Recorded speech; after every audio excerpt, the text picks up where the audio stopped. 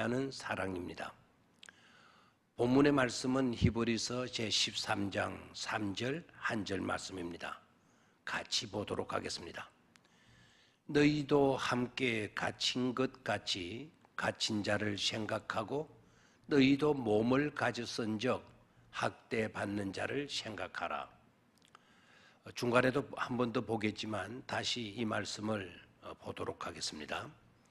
너희도 함께 갇힌 것 같이 갇힌 자를 생각하고 너희도 몸을 가졌은즉 학대받는 자를 생각하라. 아멘. 본문 말씀에서 놓치지 말아야 할 단어는 함께와 같이입니다. 함께와 같이는 서로 비슷한 의미를 갖고 있지만 그러나 차이가 있습니다.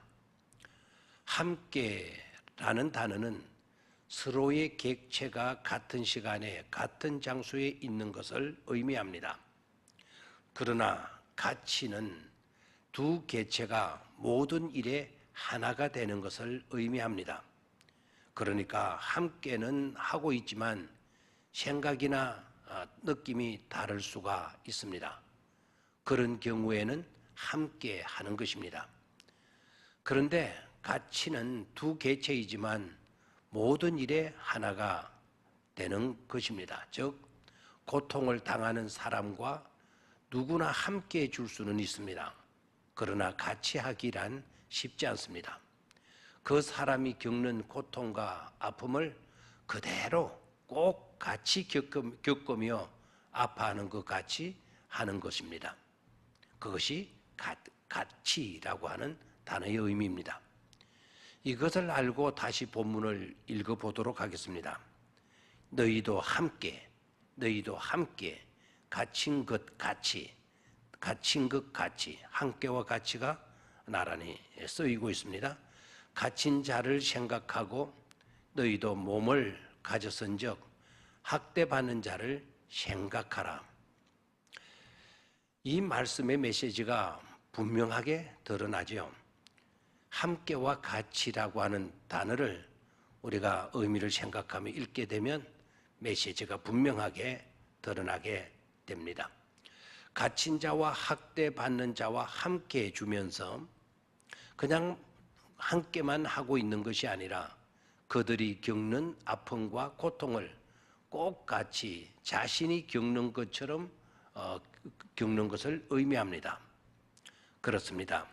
하나님의 말씀을 정확히 보고 이해하는 것이 참으로 중요합니다.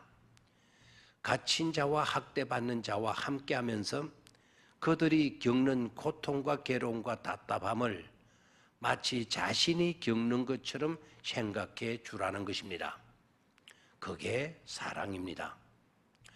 오늘 본문의 말씀 1절 말씀을 보면 1절은 이렇게 되어져 있습니다. 형제 사랑하기를 계속하고 형제 사랑하기를 계속하라고 하는 명령의 말씀에 이어서 오늘 본문의 말씀도 쓰여지고 있는 것입니다. 그렇다면 사랑이란 무엇일까요? 오늘 묵상의 말씀에서는 함께하고 같이 느끼고 같이 생각하는 것입니다. 이것을 잊지 말아야겠습니다. 한 가족이 여행을 떠났다가 자동차 사고를 당하게 되었습니다. 어머니는 가벼운 상처를 입었지만 아버지와 딸은 큰 부상을 입었습니다.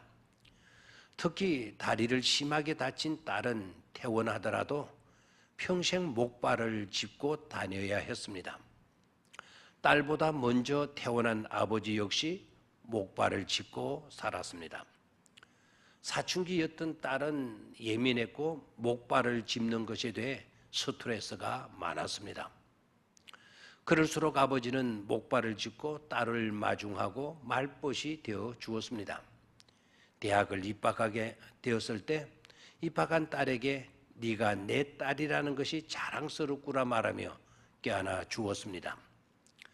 그런데 어느 날 온 가족이 함께 길을 걸어가고 있었습니다. 아버지와 딸은 목발을 짚고 있었습니다.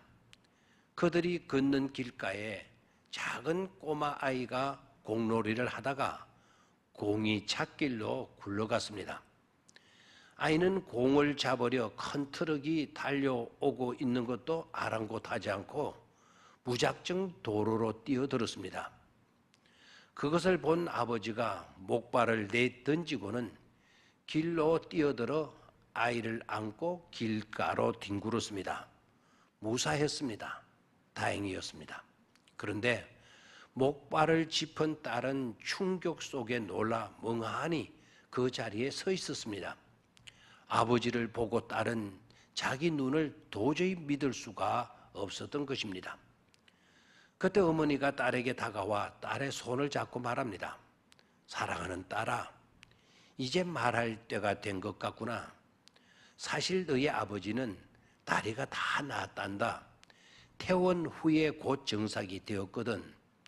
그러나 네가 목발을 짚어야 한다는 것을 아시고는 너랑 아픔을 같이 해야 한다고 고집하셨단다.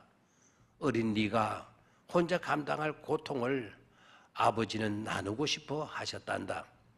그러기에 벌써 5년이 되었구나.